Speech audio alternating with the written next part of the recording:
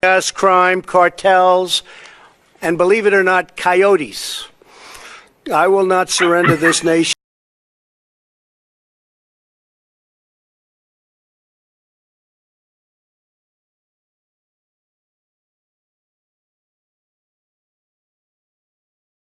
This is about Felipe Alonzo-Gomez. You had an 8.5-year-old Guatemalan kid who was killed on the border. Felipe Alonzo-Gomez, who I'm going to nickname Felix. So here is a picture of Felix's family. He has a mother and 2 sisters and a brother and a baby that he's leaving behind. So he's leaving behind 4 siblings and a mother and a father. So he's leaving behind 6 people total. You have a house there. It looks like it's concrete floor. Looks sturdy, but it looks like it sticks for the porch, and it looks discolored and old. It looks poor. It looks dilapidated. So it looks like a poor house. So the mother's name is Catarina Alonzo. She's 32 years of age. She is 4 years younger than me. So Catarina Alonzo has had 5 kids. So she had 5 kids more than me. Now she only has 4 kids. So that is Catarina Alonzo. Those are her kids, and that's the family, minus the father of Felipe Alonzo-Gomez. The mother's last name is Alonzo. Catarina Alonzo. His father's name, Felipe's father's name, is Augustine Gomez. So you got Augustine and Catarina Alonzo-Gomez. And the way that the Hispanic folks do it, they adopt both the mother and the father's name. So it's Felipe Alonzo, the mother's name, dash Gomez. So Felipe Alonzo dash Gomez is Felix's entire name.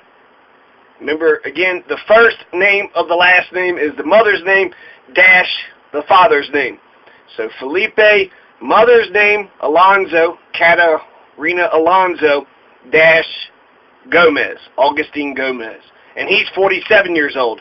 And Augustine Gomez is still locked up, along with Jacqueline's father. They are both still locked up in American prisons. That you need to fight and to win. We don't play prevent defense anymore. We're not doing that. That's why when you see me doing things, I always have things in mind.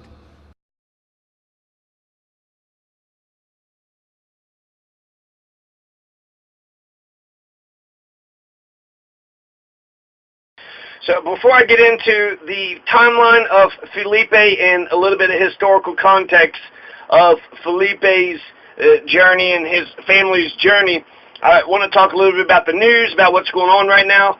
So you have that college dance video, right? So you have Alexandria Ocasio-Cortez, so AOC, right? So Ocasio would be her mother's name, Cortez would be her father's name.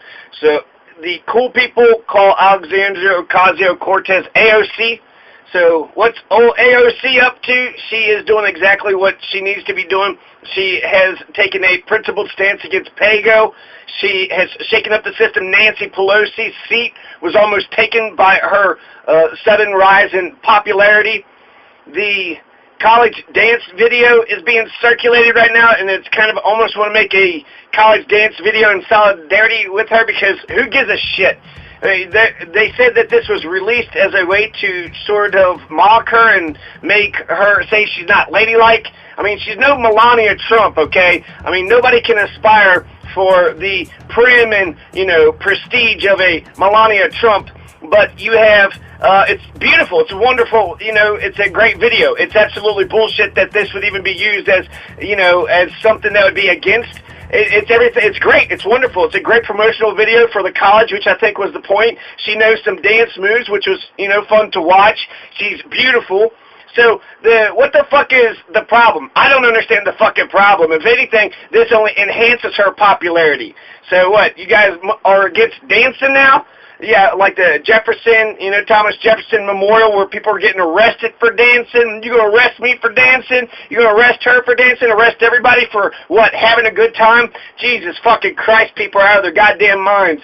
Dancing is a part of the revolution. Of course you're going to dance. You're going to dance the entire fucking time.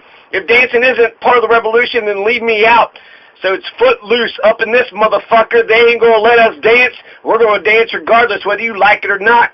So people are going to say, you know, try to objectify her, this little shiny little object, this wonderful little thing. What, because she's beautiful and cute, like that's supposed to be used against her? That's what is her best feature. She's like Jill Stein, only 50 years younger, right? So she's beautiful. She could have just existed just as a pretty face and done okay. She could have found herself a rich man that would have taken care of her. But instead, she's not only beautiful and she can dance, but she's wonderfully, radically socialist, revolutionary. She's millennial. She's political. She's smart. She's a genius kind of thing. So this shiny little object isn't just an object. This it has, you know, a personality. It's got a brain, and it's got a lot of incredible fucking ideas. It has her policies is exactly what America needs. So if my president can dance, I'll dance with my president. Obama tried to dance, right? At least you're trying to dance. You ever seen Donald dance? Jesus Christ, Donald can't even stand up right. Always have lots of things in mind, things that you have in mind too. But a lot of other people don't. A lot of the media doesn't want to report it correctly. But we have a lot of things in mind. But you ever see it like in football, where a team is holding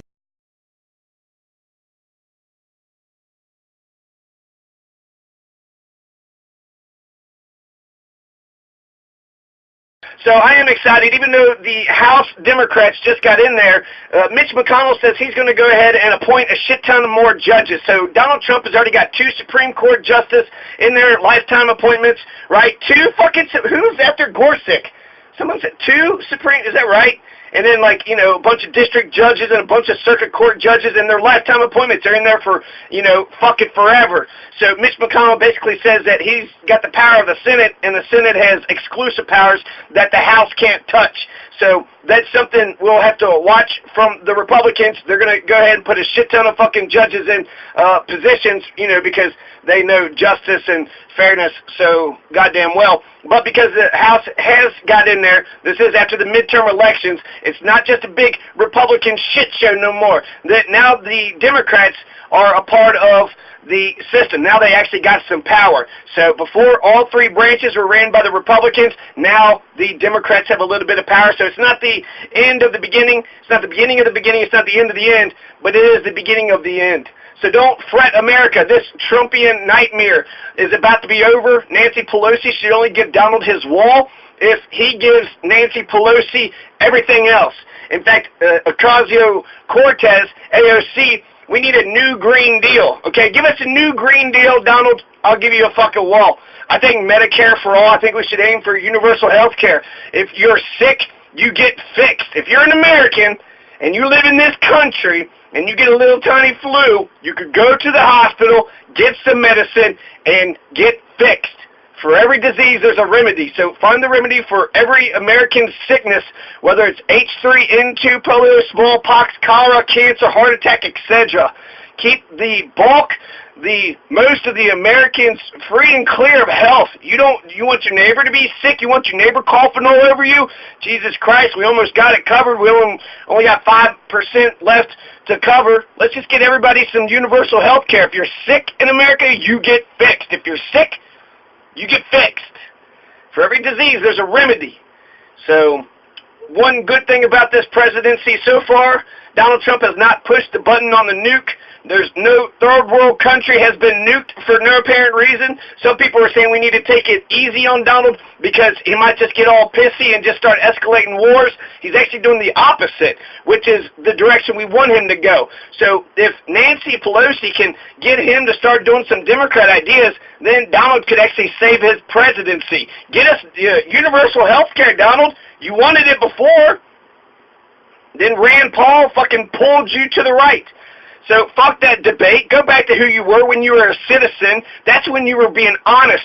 Now that you're in power, well, shit.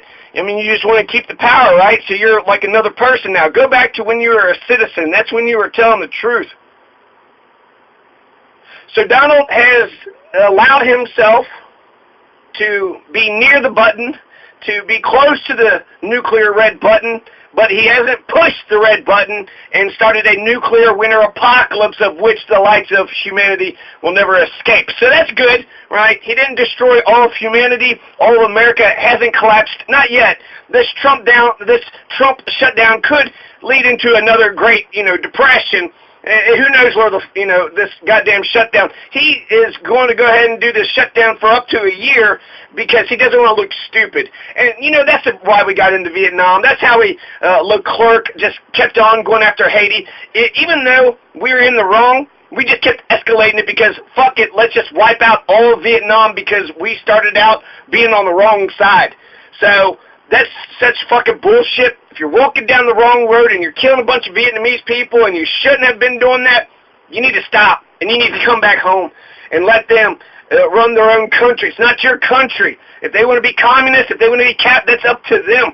Who the fuck is it up? It's up to you to tell other countries what their economic system is going to be?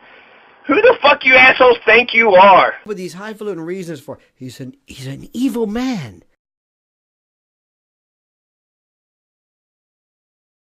The other team, scoreless. They can't throw, they can't pass, they can't do anything. Now it's 3.5 quarters. They gotta just hold them.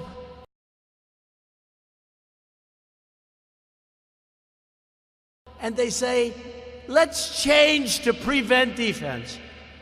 And that's what happens. And you know what it does? It prevents them from winning.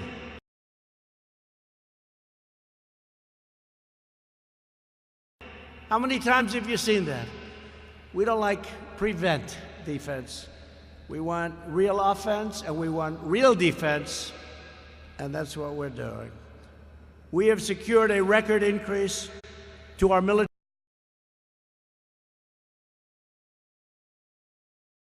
So there's a lot of changes. All these House Democrats are coming in. The makeup is very different. Lots more women, lots more. 2 Native American representatives. The first 2 Native American representatives ever. Can that be right? The first 2 Native Americans, people who were in this continent for the last 30,000 years, just now got power on the empire, got a little piece of the empire's power. One is Deb Haaland. She's a member of the Pueblo of Laguna, which is her tribe of New Mexico. She's a representative of New Mexico, and she's part of the Pueblo of Laguna. The other Native American woman is Sharice Davids, representative from Kansas. She's a member of the Ho-Chunk Nation of Wisconsin, the first LGBTQ member of Congress to represent Kansas. So she's got 2 distinctions there. First Native American along with the other woman. I wonder if it's the first female Native American or just first Native American ever. So member of the Ho-Chunk Nation of Wisconsin. The Ho-Chunks, that is their autonym. So this is actually a good history lesson, a good teachable moment. Germany is called by a bunch of different names. Germany themselves call them Deutschland. That's their autonym. The autonym for Deutschland, or for Germany, is Deutschland. But for some reason, America, France, Sweden, Norway, Lithuania, everybody's got these different names for Germany. It's Nimsi, it's Saxa, it's Alman, Germany, but nobody says it's Deutschland. Deutschland calls themselves Deutschland, so why the fuck wouldn't we just say that's Deutschland? We go ahead and rename all these different nations. This is what we did with the Ho-Chunk people. You probably are familiar with their exonym. The exonym is the name that the enemies or the outsiders give to a people. The Ho-Chunks are what they call themselves. They're the Ho-Chunk Nation of Wisconsin. But the Ho-Chunks were the Winnebagos, the Winnebago people, the Winnebago tribe. That's the Winnebago people. There's, Winnebago RVs out there. In fact, I think RVs is the Winnebago is like the Q-tip. It's the product name that eventually takes over for the general name for the object. So Ho-Chunk Nation of Wisconsin, they used to be called the Winnebago by their enemies, and what Winnebago means is the stinking people, the stinkards. the stinking ass fucking people, you stinking pieces of shit. That's what the Winnebago means. So you think that's acceptable behavior? People want to get all pissed off about the Indians or whatever. Some of these baseball teams are named, after Native Americans, but that's actually that's honoring Native Americans. It's not like they're saying the stinking fucking Native Americans. They're saying, Winnebago, you can't get more, I think, racist, xenophobic, anti-Native American, whatever you want to call that. It's not anti-Semitic. There should be like a word that's, just encapsulates hatred against Native Americans. But the Winnebago, you cannot, get more fucking pejorative. You can't get more negative of a term than the Winnebago. Hey, you fucking Winnebago motherfucker, you stinky ass bitch. Why don't you go get a shower, you Winnebago stinky ass motherfucking people? No, not just you, individual person, but your mama stinks, your father stinks, your entire family stinks, your entire fucking people, your entire village are a bunch of stinking ass people. That's the Winnebagos. So there's a little lesson for you about exonyms and autonyms. They also say endonyms, but autonym is just what you call yourself. Exonym is what other people call you. And frankly, I think that the Deutschland people, they know themselves the Deutsch. The Deutsch know that they live in Deutschland, and the Ho-Chunks know that they are the Ho-Chunk people. So for us to be like, no, Ho-Chunks, you're stinking-ass people, and no, Germans, you are not the Deutsch, okay? You're not the Deutsch. You're Germans. Why? Why do we got to do this? Why? Okay, so the Senator Cruz, Representative Rooney, they are introducing a constitutional amendment to impose term limits on Congress. It's about goddamn time. You have a Muslim woman, I believe she's the first woman who wore a hijab. So you got two Native American women. You got a woman wearing a hijab in U.S. Congress. The woman who wore a hijab, I believe this is the same woman, Rashida Tlaib, tells some crowd on Donald Trump that we will impeach this motherfucker. We're going to impeach this motherfucker. Now people are losing their shit when Donald, calls, entire nation shithole countries, which is, kind of an exonym, right? Once you go ahead and characterize the people as savages, well, you could just exterminate them, right? You fucking white, Anglo-Saxon, waspy, European imperialist sons of bitches, right? All you gotta do is just say they're the savages, and then you can be as savage as you fucking want. Oh, come on. Come on, white America. We know what you guys did. We know what you did.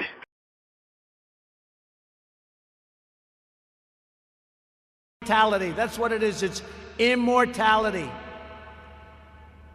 Immortality. They will live forever in the hearts of their countrymen, in your hearts, and in the history of the United States of America. They will live forever.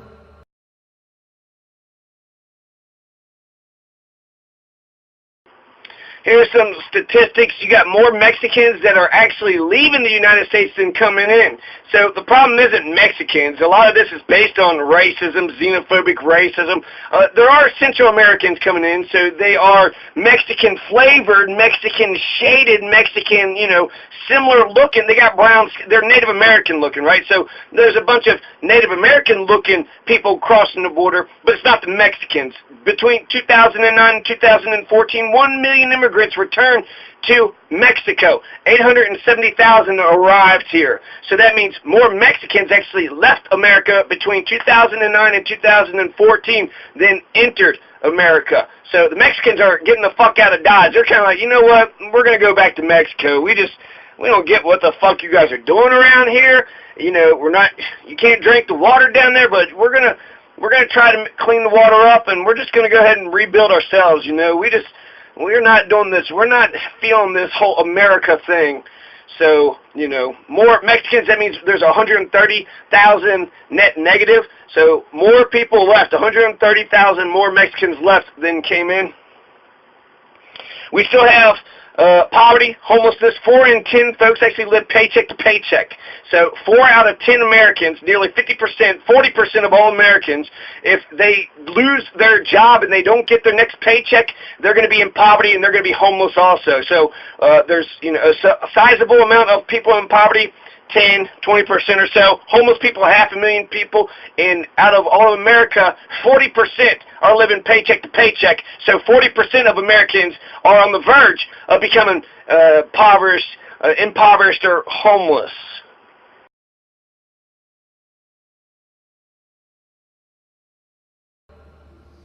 The dignity and glory of the American warrior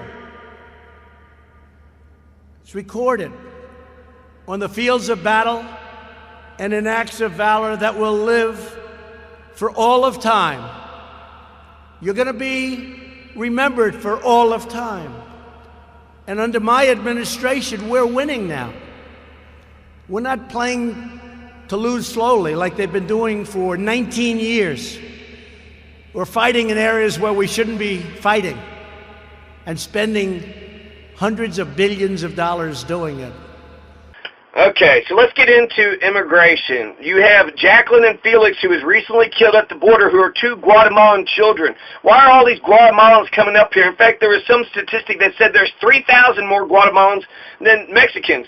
I don't know if that was a month or over the year's time or what the hell is going on, but is it something we did? Did we invade them in 1954 and, for Chiquita Banana, coup d'etat, their revolutionary socialist government, their second democratically elected president, their John Adams, who is socialist, so is the second socialist, so it would be the Bernie Sanders, it would be the Alexandria Ocasio-Cortez of Guatemala. So the reason why Dwight D. Eisenhower wanted to take the government of Guatemala down was because Alexandria Ocasio-Cortez had just got reelected in there, and she was giving out land to the poor peasants. They were taking land from Chiquita Banana, their predecessor, United Fruit Company. So Chiquita Banana, we went ahead. This is capitalism. In order to enforce capitalism, you have to, use violence to stop the socialists. The socialist and communist policies are so radically popular that you cannot allow people to govern their own affairs. The United States went ahead and forced the second socialist, democratically elected president of Guatemala to step down. So what the hell are you doing, Guatemala, sitting there electing Bernie Sanders and then go ahead and elected Alexandria Ocasio-Cortez? These right-wing capitalist imperialists, they realize that socialism is going to be popular, and they think that they can go ahead and impose capitalism, not just upon Americans, but upon the entire world. So the fact that, throughout history, you're going to have conservative people that say keep it the same and liberals, people that want to change things. But ICE is coming after the liberals now. So now they're just not saying it's just a matter of policy differences, but they're saying that the liberal Democrats are actually to blame for the illegal immigrants being in this country. So ICE, the chief of ICE and Border Patrol and the hospital officials are the ones that killed Felix. So they got some fucking nerve, right? Sit there and try to say that the liberal Democrats need to be arrested and deported because they have left-leaning, compassionate policies in sanctuary cities for the immigrants. So ICE and Border Patrol and hospital officials killed Felipe. Felipe's father is not to blame. Felix was in the custody of a whole bunch of people, so it's not just ICE and Border Patrol and hospital officials. There's probably about a dozen Americans, maybe 24 Americans, that are responsible for Felix's death. You have the ICE box, the people of the Paso del Norte point of entry, POE, in El Paso. Then they go to the El Paso Border Patrol Station. So is that different than the ICE box? You got the ICE box, then you got the El Paso Border Patrol Station, and then they go to the Alamogordo Border Patrol Station. So far, 3 different Border Patrol stations, makeshift prison next to the interstate. So he's taken to the hospital, the Gerald Champion Regional Medical Center, on Christmas Eve. So after 5 days of showing no signs of sickness, he had a cough, his eyes were glassy or glossy, so they went ahead and took him to the Gerald Champion Regional Medical Center on Christmas Eve, when most of the Americans were being dicks about, Merry Christmas, just being fucking pricks about it. This poor kid was getting sick, and this was going to be his last day on this planet. So those are the 5 institutions that are to blame. You have a makeshift prison next to the interstate. That's where he died. That's where he was getting sick. So eventually that's where we set him. We got a rest area prison next to the interstate. We're just creating prisons on the side of the fucking road. So they're in the ICE box, which was, they froze, most people out so that it's a deterrent. So they're freezing the shit out of Felix when he first got in here for the first 2 days. I'm going to get to the timeline, but the El Paso Border Patrol Station, Alamogordo Border Patrol Station, the makeshift prison, Border Patrol Station, the rest area prison, and Gerald Champion Regional Medical Center, in the icebox, the Paso del Norte, POE in El Paso, the Paso del Norte, point of entry. So those are the 5 institutions that are responsible for Felix. What was the person's name? If we are not given a person's name, then we'll just have to blame the Gipper, right? The buck stops with Homeland Security and the chief of the Border Patrol and ICE chief and the president, since he went ahead and made it political. Well, their policies definitely exacerbated the situation. It's all they want. Obama was right-wing fascist piece of shit against the immigrants, so of course Donald Trump is going to go to the right of Obama. So that means there's only 2 places to go. You got to get a wall, and then you're going to have to go after the 11 million illegals that's in this country. That's as far right-wing as you could possibly go. Just cleanse out the entire United States of any of the people that are illegally occupying here. Because Obama was so right-wing, Trump feels the need to outdo Obama. And actually, comparing the numbers, Donald Trump is only arresting 200,000, deporting 100,000, versus Obama, who is deporting 300,000 every year. So Trump isn't even touching Barack Obama's number. Barack Obama's the deporter-in-chief. He deported 2.5 million immigrants out of this country. He deported more people than every single president before him and after. So he's still the deporter-in-chief. Obama is the king when it comes to deporting immigrants. Donald Trump doesn't hold a candle to the right-wing fascism of Barack Obama's policies. So, real quick, Jacqueline, she was killed by 4 New Mexico U.S. Border Patrol agents and possibly a bus driver or 2. Those are the 6 people that are involved in Jacqueline's death and possibly Jacqueline's father. So that's 7 people that need to be charged with involuntary manslaughter and first-degree murder. Let's get this figured out. Let's find out who's responsible for Jacqueline and Felix's death. Somebody is. They're innocent kids. They weren't responsible for anything that they did. So they're completely innocent. Somebody else is to blame. And the father is to blame for Jacqueline's death, halfway probably, but the U.S. government agents are to blame for the other half, and up to 100%. Jacqueline was in custody for 9 hours and 15 minutes. Felix, on the other hand, he was in custody for 6.5 days. They froze him out in the ice box. They transported him there, here, everywhere on the concrete prison. It's crowded, so they don't have any place. They're putting them on the side of the road. They're creating prisons on the side of the road. Felix was put into prison for 6.5 days. So Felix's father is not to blame. Yeah, he crossed the border, but America, you didn't have to murder his kid. I mean, why'd you do that? Because his father, you should not blame Felix for his father's crimes. You should blame the father for his father's crimes. So the father is responsible for crossing illegally, so he needs to, be punished for that, which is what? Deportation. And but Felix didn't deserve to die. So ICE and Border Patrol, hospital officials, about a dozen people are responsible for Felix's death. And if Donald Trump really wants to get to the bottom of who's to blame, well, let's find out who this ICE and Border Patrol and the hospital officials are. The Republicans? Are they Democrats? Let's listen to their philosophy about the world. Let's see how much they really give a shit about, children from Guatemala. I'm sure they just are overwhelmed with a bunch of compassion and love for every single Guatemalan child that shows up on America's borders. I'm sure let's just get some of their opinions. Let's see who the people that were closest to these cases, and let's hear what everybody has to say. Perhaps everybody ignored them and they just died on their own. Perhaps they did things that made it worse, like driving them here and there, freezing them to death in these concrete prison hellholes.